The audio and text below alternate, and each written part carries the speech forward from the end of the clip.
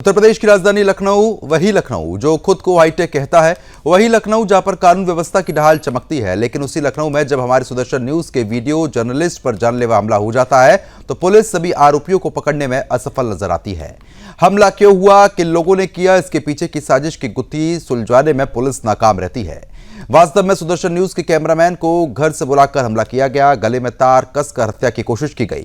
CCTV footage सामने आया, हमलावरों की गाड़ी का नंबर भी सामने आ चुका है। लेकिन इसके बावजूद पुलिस 72 घंटों के बाद भी सिर्फ एक आरोपी को पकड़ पाई है। बाकी कहां गायब है, सवाल ये बड़ा है। क्या राजधानी की पुलिस को नंबर प्लेट दिखाई नहीं देती? क्या सीसीटीवी फुटेज सिर्फ देखने के लिए है, कार्रवाई के लिए नहीं? क्या पत्रकारों पर अब हमला सामान्य बात हो गई है? क्या यह सुदर्शन न्यूज की आवाज दबाने की कोशिश है? किस बात पर मारा गया, क्यों मारा गया, किसके इशारे पर मारा गया? यह हमला सिर्फ एक पत्रकार पर नहीं, यह हमला सत्य पर है। यह हमला राष्ट्रवादी पत्रकारिता पर है। यह हमला हर उस आवाज पर है जो सच बोलने की हिम्मत रखा करती है। लखनऊ पुलिस ने अगर इस मामले में देरी की तो यह सिर्फ एक जर्नलिस्ट नहीं, पूरे मीडिया तंत्र को कमजोर करने की कोशिश होगी। आज हम पूछेंगे तीखे सवाल व्यवस्था से, क्योंकि जब राष्ट्रवादी पत्रकारों पर हमला हो तो चुप्पी अपराध बन जाती है। यह हमला किसी निजी विवाद की तरह नहीं, बल्कि पूर्व नियोजित, संगठित और साजिश के तहत साफ तौर पर लग रहा है। हमलावरों ने पत्रकार की पहचान जानकर हमला किया। हमलावरों को पता था कि किस समय निकलना आसान होगा। गाड़ी नंबर, चेहरे की पहचान, लोकेशन सब मौजूद, फिर भी गिरफ्तारी नहीं। करेंगे इसी पर सवाल। तो आप ये तस्वीरें देख सकते हैं, फुटेज है जो कि साफ तौर पर पुलिस के पास भी मौजूद है, लेकिन पुलिस के हाथ अब तक खाली है। आप सोच सकते हैं कि इस मामले को 72 घंटे से ज्यादा हो चुके हैं, लेकिन उसके बावजूद भी पुलिस अब तक एक ही आरोपी को गिरफ्तार कर पाई है। जब गाड़ी का नंबर मौजूद है, लोकेशन मौजूद है, तस्वीरें मौजूद है, तो आखिरकार लखनऊ की पुलिस कर क्या रही है? ये हमारे पत्रकार है जिनके साथ जो व्यवहार किया गया। तस्वीरों में आप देख सकते हैं कि आंख खुलना मुश्किल हो रही है, चेहरे पर सूजन है और साफ तौर पर यह सूजन इस कदर बढ़ चुकी है कि उनकी आंख तक नहीं खुल पा रही है। इससे आप समझिए कि एक पत्रकार पर नहीं, यह राष्ट्र निष्ठा, हिंदू विचार पर हमले की साजिश थी। क्योंकि सुदर्शन न्यूज की जिस तरीके से खबर प्राथमिकता के साथ चलती है वो इन लोगों को पसंद नहीं आती है, और हमारे पत्रकार पर जिस तरीके से इन्होंने हमला किया है वो वाकई में बड़े सवाल खड़ा कर रहा है। क्योंकि लखनऊ जैसी जगह पर जब इस तरीके की हरकत हो सकती है तो सोचिए उत्तर प्रदेश में और जगहों पर पत्रकारों के साथ क्या कुछ नहीं हो सकता है। इसलिए आज हम इस मुद्दे पर विस्तार पूर्वक चर्चा करेंगे। खास मेहमान भी हमारे साथ जुड़ेंगे और ये जानने की कोशिश करेंगे कि तंत्र कहां पर फेल हो रहा है, पुलिस प्रशासन आखिरकार किस दबाव में है और पुलिस प्रशासन आखिरकार क्यों इस मामले में कार्रवाई नहीं कर रहा है। जब तस्वीरें मौजूद हैं तो 72 घंटे तक पुलिस क्या करती रही? गाड़ी का नंबर मौजूद है तो पुलिस ने कार्रवाई क्यों नहीं की? गाड़ी के नंबर से एड्रेस का भी पता लग जाता है, पुलिस वहां पर क्यों नहीं गई? अब तक क्या कार्रवाई हुई है? यह अपने आप में बहुत बड़े सवाल है। सबूतों के बावजूद पुलिस के हाथ अब तक खाली है। तस्वीरें आप देखिए, ये फुटेज कैमरे में कैद हुई है जहां पर ये आरोपी आराम से आते हैं, वारदात को अंजाम देते हैं और उसके बाद भाग खड़े होते हैं। तो 72 घंटे बाद भी पुलिस के हाथ खाली है और पुलिस इस मामले में खाना पूर्ति करती हुई ही नजर आ रही है। अब खास मेहमान हमारे साथ जुड़ चुके हैं, उन्हीं का रुख करेंगे। आकाश राय बीजेपी प्रवक्ता है, राकेश सिंह परमार वरिष्ठ पत्रकार, एके द्विवेदी है पूर्व आईपीएस। आप तीनों मेहमानों का बहुत बहुत स्वागत। सबसे पहले आकाश जी मैं आप ही के पास आऊंगा, क्योंकि अब लखनऊ जैसी जगह पर पत्रकारों पर इस तरीके से हमले हो रहे हैं और खुले तौर पर आपने तस्वीरें देखी होंगी जहां पर पत्रकार की आंख खुलना तक मुश्किल हो पा रहा है, सूजन इतनी आ चुकी है चेहरे पर। आप सोचिए, जानलेवा हमला था लेकिन पुलिस के हाथ अब तक खाली।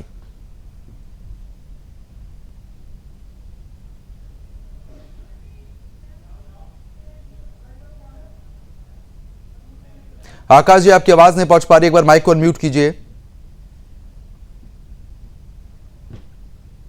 जी प्रद्युम्न जी, देखिए सबसे पहले तो जो ये घटना हुई है बहुत ही निंदक है, बहुत ही मतलब चिंतनीय घटना है। लेकिन इस घटना में जो लोग भी दोषी हैं उनमें से हम किसी को बख्शने वाले नहीं हैं। बाकायदा एफआईआर दर्ज हुई है और सरकार के संज्ञान में है। और इस घटना में जो आपके पत्रकार का बयान है उससे ये पता चलता है कि हमारे पार्टी के कुछ नेताओं को बदनाम करने की साजिश भी है। आज आपने देखा कि उन्हीं पत्रकार से उत्तर प्रदेश के उप मुख्यमंत्री जी जाके मिले भी हैं। और निश्चिंत रहिए, इनमें से हम किसी को छोड़ने वाले नहीं है। एफआईआर दर्ज हो चुकी है, आगे की जांच चल रही है और जल्द से जल्द इनमें सबको गिरफ्तार किया जाएगा। बिल्कुल, एक तरफ जांच का आश्वासन जरूर यहां पर देते हैं, लेकिन जब पत्रकारों के साथ इस तरीके की चीजें हो रही हैं तो सोचिए आम जनता का क्या हाल होगा। नहीं प्रद्युम्न जी, उत्तर प्रदेश में योगी आदित्यनाथ जी की सरकार, चाहे क्राइम हो चाहे करप्शन हो, हम इसको लेके जीरो टॉलरेंस की नीति रखते हैं। और उत्तर प्रदेश में चाहे कोई पत्रकार हो, कोई आम जनमानस हो, डॉक्टर हो, सबके सुरक्षा की जिम्मेवारी भारत उत्तर प्रदेश की सरकार की है और हम वो जिम्मेदारी बखूबी निभाते भी हैं। निश्चित तौर पे अपराधी आपराधिक कृत्य करते हैं, लेकिन उनपे एफआईआर दर्ज करना, उनको सलाखों के पीछे भेजना, ये शासन प्रशासन का काम होता है। और लेकिन उसको हम शासन प्रशासन यहाँ पर तत्परता से फेल करते साबित हैं। हो रहा है। सुनील अगर जी, प्रशासन का इतना ही खौफ होता तो शायद अपराधियों में कुछ ना कुछ भय तो होता। जानलेवा हमला है, वो तो गनीमत रही कि जान बच गई। नहीं नहीं, निश्चित तौर पे मैंने पहले ही कहा कि हमने ये तस्वीरें देखी और जिस पत्रकार की आप बात कर रहे हैं वो लखनऊ में जाने पहचाने पत्रकार हैं, कोई पहचान के मोहताज नहीं है। अभी जब हमारे ठीक है। डिप्टी सीएम साहब गए थे उनसे मिलने, तो उन्होंने ये बात स्वयं कहा कि 2004 में मैं जब चुनाव लड़ रहा था तब से ये मेरे परिचय में है। तो जिस प्रकार से इसको जो राजनीतिक रंग देने का प्रयास किया जा रहा है, ऐसी कोई बात नहीं है। हाँ, एक बात इसमें निकल के आई है कि भारतीय जनता पार्टी के कुछ बड़े नेताओं को बदनाम करने का यह षड्यंत्र है। इस बिंदु की भी जांच हो रही है और जल्द से जल्द सारे दोषी सलाखों के पीछे होंगे। चलो ठीक है, आप बने रहिए हमारे साथ। एक द्विवेदी जी लगातार बने हुए हैं। द्विवेदी जी, क्योंकि देखिए अब पुलिस 72 घंटों तक कुछ नहीं कर पाई, सिर्फ एक आरोपी गिरफ्तार किया गया, डिप्टी सीएम तक वहां पर पहुंच रहे हैं, उसके बावजूद हाथ अब तक खाली है। क्या आप मान रहे हैं कि वाकई में पुलिस की मिलीभगत हो सकती है या पुलिस फेल साबित हो रही है इस मामले में? देखिए, जो वर्तमान सरकार में गवर्नमेंट का नजरिया रहता है, खासतौर से माननीय मुख्यमंत्री जी का, तो उसमें एक बात बड़ी स्पष्ट है। अपराध जिस किसी ने भी किया है, भले वो मैं नाम लेके कह सकता हूं भाजपा का भी कोई सदस्य हो, तो उसके विरुद्ध कार्रवाई करने में झिझक नहीं होती, ये नीति रही है और ऐसा कई अवसरों पर देखने को भी मिला है। तो मुझे कोई संदेह नहीं कि जिन्होंने गुनाह किया, अपराध किया है, ये साधारण नहीं गंभीर अपराध है, तो उनके विरुद्ध कार्रवाई होगी। लेकिन 72 घंटे बीत गए तो 72 घंटे का समय भी कम नहीं होता है, ज्यादा होता है। और 72 घंटे की समय अवधि में अगर अभी तक केवल एक अपराधी गिरफ्तार हुआ है, जबकि 12-15 लोग संभवतः इसमें इन्वॉल्व थे, औरों की गिरफ्तारी क्यों नहीं हुई है, ये बात चिंतनीय है। दूसरे, यह बात जैसा अभी भाजपा के प्रवक्ता कह रहे हैं कि इसमें कुछ षड्यंत्र भी है, जिसमें भाजपा के कुछ लोगों के विरुद्ध कुछ षड्यंत्र हुआ है, तो अगर षड्यंत्र की बात आती है तो पुलिस को उसकी भी जल्दी से जांच करके षड्यंत्र का पर्दाफाश कर देना चाहिए। मामले को दूध का दूध पानी का पानी करके स्पष्ट कर देना चाहिए।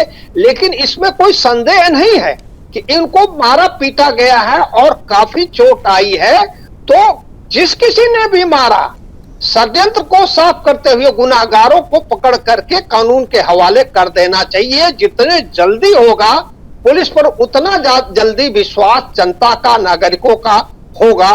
तो इसमें देरी नहीं करनी चाहिए और जल्दी से षड्यंत्र का भी पर्दाफाश करके जो गुनाह किए हो उनको कानून के दायरे में ला करके बंद कर देना चाहिए। ठीक है, ये मेरा सोचना है। ठीक है, राकेश जी लगातार बने हैं। राकेश जी, क्योंकि अब निष्पक्ष पत्रकारिता जब सुदर्शन न्यूज के पत्रकार करते हैं तो उन पर इस तरीके के जानलेवा हमला होते हैं। अब षड्यंत्र की बात लगातार बीजेपी प्रवक्ता यहां पर कह रहे हैं, लेकिन मैं आपसे समझना चाह रहा हूं कि जब पत्रकार ही सुरक्षित नहीं है तो आम जनता किस तरीके से सुरक्षित हो पाएगी ऐसे अपराधियों से? और मैं सबसे पहले तो आदरणीय द्विवेदी जी को सादर प्रणाम और आपके सभी दर्शकों को वंदे मातरम, जय भारत महान। देखिए, सबसे पहले अवस्थी जी तुरंत स्वस्थ हो, ये मनोकामना और प्रार्थना करते हैं। हमारा पत्रकार जगत आज की कोई पहली बार नहीं अवस्थी जी के साथ। जब भी किसी को अनकाउंटेबल न्यूज किसी पत्रकार के द्वारा ब्रेक किया गया है, एक्सपोज किया गया है, तो उस पर जानलेवा हमला हुआ है। ये ना तो पहली घटना है, हम तो प्रार्थना करेंगे कि अंतिम घटना हो, लेकिन ऐसा संभव हो नहीं रहा है। 72 घंटे से ऊपर योगी आदित्यनाथ के पुलिस के द्वारा अगर लापरवाही बरती जा रही है तो इसमें जरूर कोई ऐसा आदमी इन्वॉल्व है जिसकी पहुंच यूपी के ऊपर तक है। योगी तक नहीं मैं कह रहा हूं, क्योंकि योगी तक तो अपराधी का पहुंच हो ही नहीं सकता, योगी जी की नहीं करो, बट सिर्फ योगी आदित्यनाथ तो है नहीं। कई बार देखा गया है कि प्रशासन का जो निचले स्तर का कर्मचारी है, चाहे वो प्रशासन में हो, पुलिस में हो, वो किसी न किसी प्रलोभन, दबाव या किसी और कारणों से कुछ लापरवाही और ढिलाई कर रहा है। योगी जी की लाख शक्ति है वो जमीन पर बहुत ज्यादा नहीं दिख रही है। इस मामले में मैं बिल्कुल दावे के साथ कह सकता हूं कि किसी ऐसे शख्स का इन्वॉल्वमेंट है जो योगी के पुलिस के हाथ बांधे हुए है उस अवस्था में, जबकि जीरो टॉलरेंस वाली सरकार चल रही है। एक से अपराधियों को घुटने में ला दिया, जो दहाड़ मार रहे थे वो कब्र में चले गए, मिट्टी में मिला देने वाली सरकार की अगर पुलिस 72 घंटे तक लापरवाह हो रही है, जबकि उप मुख्यमंत्री अभी विंडो में दिख रहे हैं, राजनाथ सिंह वहां के सांसद है, उनके पुत्र नीरज सिंह भी गए हुए थे, मतलब ऐसे ऐसे लोग जा करके मातमपुरशी करके आ रहे हैं और यह विजुअल पुलिस को नहीं दिख रही है, मतलब मामला गंभीर है। कहने की पुलिस पर तो बड़े सवाल यहाँ पर उठते हैं, क्योंकि जब पत्रकारों के ऊपर इस तरीके के हमले हो रहे हैं तो चिंताजनक है। मैं आपसे समझना चाह रहा हूं कि अब किस तरीके से इसमें कार्रवाई होगी। आकाश जी, नहीं, मैं सवाल सुन नहीं पाया प्रद्युम्न जी। आकाश जी, आप देखिए पत्रकारों पर जिस तरीके से हमले हो रहे हैं, डिप्टी सीएम पहुंच रहे हैं और भी नेता मिलने के लिए वहां पर पहुंच रहे हैं, लेकिन पुलिस प्रशासन के हाथ खाली हैं। नंबर प्लेट नंबर होने के बावजूद, फोटो होने के बावजूद, सीसीटीवी फुटेज होने के बावजूद पुलिस के हाथ 72 घंटे से खाली है। ये साफ दर्शाता कि कहीं ना कहीं पुलिस की मिलीभगत हो सकती है, पुलिस पर कोई प्रेशर है। नहीं प्रद्युम्न जी, पुलिस पे कोई प्रेशर की बात तो उत्तर प्रदेश में चल ही नहीं सकती है। यहाँ पे मैंने कहा ना कि हम ये उत्तर प्रदेश का माहौल अब बदल चुका है, 2017 से पहले वाला उत्तर प्रदेश नहीं है। यहाँ पे अपराधी चाहे कितना भी शातिर हो, कितना भी बड़ा हो, कितना भी रसूखदार हो, वो बच नहीं सकता। उसको बिहाइंड द बार भेजने की पूरी व्यवस्था भारतीय जनता पार्टी की सरकार करती है। और ये बात अभी वरिष्ठ पत्रकार राकेश जी जो कह रहे थे कि योगी जी के ऊपर कोई होगा जिसके कंट्रोल में उत्तर प्रदेश की पुलिस है या जिसने उत्तर प्रदेश की पुलिस के हाथ बांध रखे हैं, तो ये सब काम भारतीय जनता पार्टी में नहीं होता है कि सीएम, सुपर सीएम, पास सीएम, ये सब चीजें केवल शासन और प्रशासन के लोग कंट्रोल करते हैं। अपराधियों के साथ क्या सलूक होना चाहिए ये भारत का कानून तय करता है और उत्तर प्रदेश की पुलिस तय करेगी और उसके हिसाब से हम करते हैं। हमने उत्तर प्रदेश में, जिस उत्तर प्रदेश में कभी वन डिस्ट्रिक्ट वन माफिया का राज हुआ करता था, आज हमने पूरे परिदृश्य को बदला है प्रद्युम्न जी। हमने उस उत्तर प्रदेश में संगठित अपराध को खत्म कर दिया है, वरना उत्तर प्रदेश के हर एक जिले में एक अपराधी होता था।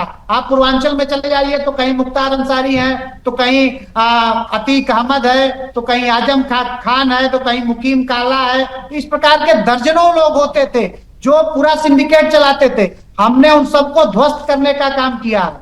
एक बात मैं व्यक्तिगत रूप से बार बार ये कहता हूं कि पूरे विश्व में कोई भी व्यक्ति ये दावा नहीं कर सकता कि वो अपराध को पूरी तरीके से खत्म कर देगा, क्योंकि अपराध और पुलिस तो ये तो आंख मिचौली का खेल है। अपराध जब अपराधी करेगा तो भाई पुलिस हमारी कितनी तत्पर है, कितनी तत्परता से उस पर कार्रवाई करती है, ये देखने योग्य बातें होती है। ठीक है, लेकिन आकाश जी, बीजेपी सरकार लगातार ऐसे क्रिमिनलों पर लगातार कार्रवाई कर रही है, किसी से छिपा नहीं है, बेहतर कार्रवाई हो रही है, सबने देखा है। लेकिन जब पत्रकारों पर हमले होते हैं तो उसके बाद यह सवाल उठता है कि आखिरकार पुलिस प्रशासन क्या कर रहा है, क्योंकि सरकार तो मौजूदा स्थिति में सड़कों पर नहीं खड़ी होगी, पुलिस प्रशासन की ड्यूटी यहां पर हो जाती है। जब पुलिस का ही ऐसे लोगों में खौफ नहीं है तो आप सोच सकते हैं कि स्थिति हो, वो भी लखनऊ जैसे शहर में।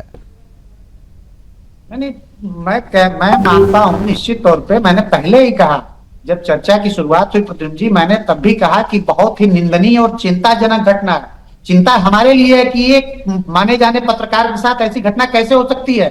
इसलिए तो मैंने कहा, आपने देखा हमने कितनी संवेदनशील सरकार ये होगी कि सरकार के उप मुख्यमंत्री तुरंत मिलने जाते हैं, वरना इसी उत्तर प्रदेश में 2017 से पहले सत्ताधारी पार्टी के नेता पत्रकारों को जिंदा जला देते थे, वो भी थानों के अंदर। ये बाराबंकी की घटना किसी से छुपी नहीं है, वो सारे परिदृश्य बदल चुके हैं। और जो दूसरा एंगल इसमें निकला कि पार्टी के हमारे कुछ नेताओं का नाम उसमें आया, तो ये सीधे सीधे भारतीय जनता पार्टी के कुछ बड़े नेताओं को बदनाम करने की साजिश लग रही है। और राकेश जी ने जैसा कहा कि इसकी जांच होनी चाहिए, तो पुलिस सभी बिंदुओं पे जांच कर रही है। और मैंने कहा ना कि एक एक व्यक्ति इसमें जो 10, 12, 15 जितने भी होंगे उनमें से किसी को नहीं छोड़ेंगे। अभी एक की गिरफ्तारी हुई है, गाड़ी भी एक बरामद हुई है, आगे की पूरी कार्रवाई चल रही है और हर एक व्यक्ति जेल के पीछे जाएगा, ये मैं गारंटी ले सकता हूं। ठीक है, कहीं ना कहीं आप एक साफ तौर पर कह रहे हैं कि आप गारंटी ले रहे हैं कि ऐसे लोग सलाखों के पीछे जाएंगे। लेकिन द्विवेदी जी, क्योंकि अब देखिए, अब आरोप प्रत्यारोप के अलावा अगर सुरक्षा के लिहाज से हम पत्रकारों की बात करते हैं तो पुलिस का रवैया भी कोई ठीक तो देखने को मिलता नहीं है। आए दिन इतने वीडियोस पुलिस प्रशासन के इन कर्मचारियों के वायरल होते हैं, चाहे दरोगा हो चाहे सिपाही हो। रिश्वतखोरी के वीडियो तो वायरल हो रहे हैं, बदतमीजी करने के तो वायरल हो रहे हैं, मारपीट करने के तो वायरल हो रहे हैं। पुलिस के हाथ इतने ज्यादा खुल चुके हैं कि आए दिन किसी पे भी हाथ छोड़ देते हैं। आप बात सही कह रहे हैं। ऐसे चीजें संज्ञान में आती हैं, देखने को मिलता है, सुनने को मिलता है। मैं पुलिस के गलत कार्यों का कभी भी बचत नहीं किया, ना उसको जस्टिफाई किया, ना कर रहा हूं आज। लेकिन एक बात एक कहने जा रहा हूं, वो ये कि पुलिस में इस समय लगभग 2.5 पौने 3 लाख लोग हैं और हर संगठन में, चाहे पुलिस हो या कोई और विभाग हो, हर संगठन में बहुत अच्छे योग्य लोग भी हैं, मध्यम कार्य स्तर वाले लोग भी हैं और कमजोर भी हैं, भ्रष्ट भी हैं, लापरवाह भी हैं। तो ऐसे लोग पुलिस में भी हैं, लेकिन चूंकि सरकारी नौकरी में है तो उनसे काम लेना पड़ता है। ये अधिकारियों की काबिलियत है कि कमजोर लोगों से भी किस तरीके से अच्छा काम ले लें और जो भ्रष्ट हैं उन पर किस तरीके से अंकुश लगाएं। तो जितना अच्छा अंकुश लगाएंगे वो अच्छा रहेगा। इसमें हम सभी की यही अपेक्षा है। एक निवेदन और करना चाहेंगे, जो बातें निकल करके आ रही हैं, मैं अपने अनुभव से यहाँ कह सकता हूं कि लगभग मैं 27 साल पहले 1998-99 में एसएसपी लखनऊ था और 2002-2003 में मैं डीआईजी लखनऊ रेंज था। तो मेरा अनुभव है, मेरी जो जानकारी है उसके आधार पर मैं ये कह रहा हूं कि लखनऊ में किसी भी पत्रकार पर अगर हमला होता है तो वो हमला करने वाले अपराधी बच नहीं सकते हैं, खास तौर से वर्तमान में माननीय मुख्यमंत्री जी के शासनकाल में। हाँ, मुझे मालूम है 2005 में हमला हुआ था तो उसमें लोग बच गए, लेकिन वो शासनकाल अलग था। तो वर्तमान शासनकाल में बच नहीं सकते, ये मैं कह सकता हूं। लेकिन जिन्होंने गुनाह किया, जितने जल्दी उनको अरेस्ट कर लिया जाए उतना ही अच्छा है, वही हम सभी लोग चाहते हैं। राकेश जी, क्योंकि देखिए अब एक तरफ पुलिस प्रशासन पर यहाँ पर सवाल उठते ही हैं और लगातार सवाल उठेंगे भी, क्योंकि नैतिक जिम्मेदारी उन्हीं की यहाँ पर बन जाती है। सरकार तो अपना काम कर रही है, जितने भी अपराधी हैं उनको जेल के पीछे ठूसा जा रहा है, लेकिन पत्रकार जब भी निष्पक्ष पत्रकारिता करने की कोशिश करते हैं तो उन पर इस तरीके के हमले, उसके बाद आरोप प्रत्यारोप शुरू, लेकिन पत्रकारों के लिए कोई आवाज क्यों नहीं उठाता है? पहले राय साहब को क्लियर कर दो कि मैंने कहीं नहीं कहा, कभी नहीं कहा कि योगी से ऊपर किसी की पहुंच है। आज के तारीख में उत्तर प्रदेश में योगी से ऊपर कोई नहीं, बल्कि कहीं कहीं और कुछ मामलों में तो योगी से ऊपर कहीं भी कोई नहीं। आप थोड़े कहना, ज्यादा समझना, या मैं कह ही नहीं सकता कि आज के तारीख में उत्तर प्रदेश में योगी से बड़ी कोई शक्तिपुंज है जहां पुलिस की अप्रोच है। मैंने कहा कि योगी तक तो किसी अपराधी की पहुंच नहीं हो सकती। वो आदमी जिसने कोई अपराध किया है, वो कोई योगी के बाद भी तो बहुत लोग हैं, वहां अप्रोच होगी। और सिपाही, कांस्टेबल, कमिश्नर, डीजीपी भी कई बार ख्याल रखते हैं। योगी जिस अपराधियों के सर कर नहीं दे सकते, पार्टी का कोई नेता होगा जिसके यहाँ इन लोगों का कोई अप्रोच होगा, जिससे वजह से डिले हो रहा है, सिर्फ डिले हो रहा है, डिसमिस नहीं होगा। या भरोसा करिए, मैं भी करूं और आप भी करिए। देखिए, पत्रकारों का जहां तक मामला है, हमारे में वर्गीकरण कर दिया गया है कि छोटा कौन, बड़ा कौन, मझोला कौन, जबकि मैं मानता हूं कि इसमें कोई छोटा बड़ा नहीं है, जान बराबर है।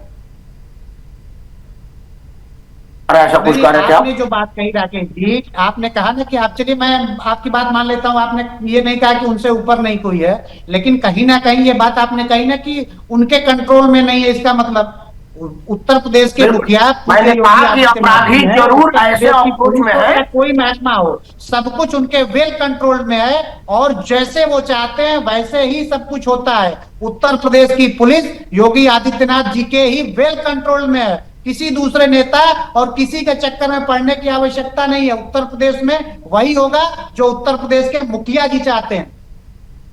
ठीक है आकाश जी, बात आपने अपनी बात पूरी कर ली। राकेश जी बोलिए। क्या होता है कि हम पत्रकारों की जिम्मेदारी बनती है कि हम बड़ा छोटा, धनी अमीर ना देखें। अगर किसी पर कोई घटना हुआ है तो जिस तरह से डॉक्टर स्ट्राइक कर देते हैं, वो चाहे बदमाशी डॉक्टर कर रही हो, पूरे देश भर का डॉक्टर स्ट्राइक कर देता है। तो हमको अपने, देखिए, संगठन में शक्ति है, अगर आप में शक्ति नहीं है तो कोई भी आके आपको थप्पड़ी आ जाएगा। तो हमको अपने में झांकना चाहिए कि भाई हम क्या करें। और दूसरा, एक वर्ग पत्रकारों में ऐसा भी है जो खुद ही मारपीट करने का काम करता है, वो खुद ही पिटाने वाला काम करता है। बुरा मत मानिएगा, आप किसी नेता के पीछे खड़ा रहेंगे हाथ बांधे हुए उसके ऑर्डरली की तरह से, आप कहीं ऐसे स्वयं को प्रस्तुत करेंगे, इजी अवेलेबल कराएंगे, तो इस तरह की बातें होंगी। तो दोनों तरफ से मामला है, एक तो हमको संगठित रहना है, हर आदमी हमारा अपना आदमी है, बड़ा छोटा मझोला से नहीं है।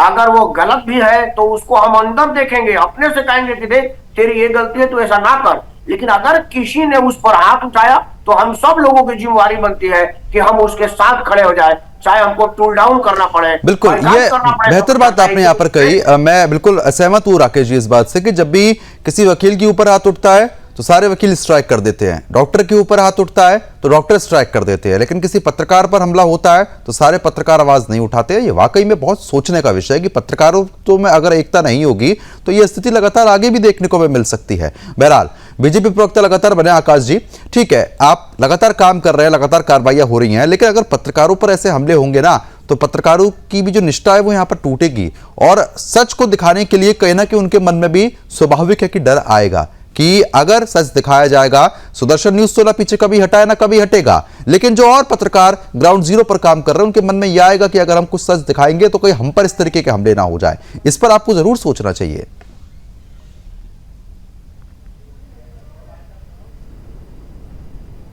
पत्रकार तो लोकतंत्र का चौथा स्तंभ है, उनकी तो बात ही निराली है।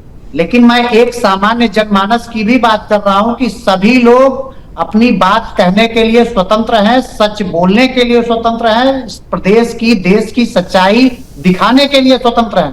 किसी के ऊपर कोई इस प्रकार का हमला करे ये उत्तर प्रदेश में हम मान्य कर ही नहीं सकते। हम ये वो पत्रकार हैं, वो डॉक्टर हैं, वो क्या है, हम इस पे जाना ही नहीं चाहते। ठीक है। अगर कोई व्यक्ति कहीं ग्राउंड रिपोर्टिंग करता है, कहीं सत्य दिखाना चाहता है और उसके ऊपर आप हमला करेंगे, ये मान्य नहीं होगा। और मुझे लगता है कि लोकतंत्र की मजबूती आप जरूर कार्रवाई करेंगे, आप ये आश्वासन दे रहे हैं। चलिए, आप तीनों मेहमानों का बहुत बहुत शुक्रिया हमारे साथ जुड़ने के लिए, इस मुद्दे पर विस्तार पूर्वक चर्चा करने के लिए।